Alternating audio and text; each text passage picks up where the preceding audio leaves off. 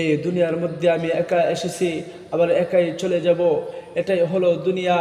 আল্লাহ তাআলা কোরআন কারীমের মধ্যে বলেন, ওমাল হায়াতুদ দুনিয়া ইল্লা লাহু ওয়া লাইব। এই দুনিয়াটা হলো খেল তামাশা। সকালবেলা সূর্য ওঠে, আবার বিকালবেলা এই সূর্য চলে যায়। সন্ধ্যাবেলা চাঁদ ওঠে, আবার সকালবেলা চাঁদ চলে যায়। আর দুনিয়া হলো এমন একটি খেলতামাশার ঘর। যখন তোমার মাওলার ডাক এসে যাবে, তখন তোমাকে এই দুনিয়া ছেড়ে চলে যেতে হবে।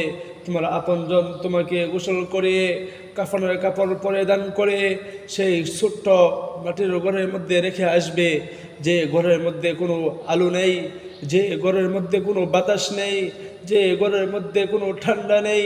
এমন আবহাওয়াময় এমন এক ঘরের মধ্যে রেখে আসবে, যার কোনো খোঁজ খবর কেউ নেবে না। তোমার আপনজনকে তুমি এত ভালোবেসেছ, সেই আপনজনও তোমাকে ভুলে যাবে। একদিন 2 দিন পর কিংবা 1 মাস পর তোমাকে তারা ভুলে যাবে, তোমার কোনো খোঁজ খবর নেবে না।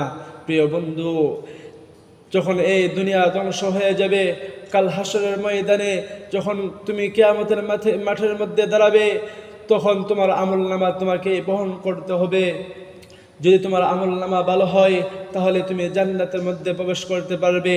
আর যদি তোমার আমলনামা খারাপ হয়, তখন তুমি তোমার আপনজনকে ডেকে বলবে, হে আমার স্ত্রী, হে আমার ভাই, হে আমার মা বাবা, আমার এই খারাপ আমলনামাগুলো তুমি একটু বহন করো।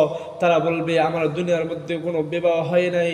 তারা বলবে, আমার দুনিয়ার মধ্যে কোনো মা বাবা ছিল না, আমার কোনো সন্তান ছিল না। তোমার আপনজনগুলো তোমাকে এইভাবে দূরে ফেলে দিবে। তাই আমাদেরকে আমার যতদিন এই দুনিয়ার মধ্যে হায়াত পেয়েছি, ততদিন আমার জীবনটাকে পাল্টে নিতে হবে, আমার জীবনটাকে সুন্দর করতে হবে। তাহলে আমি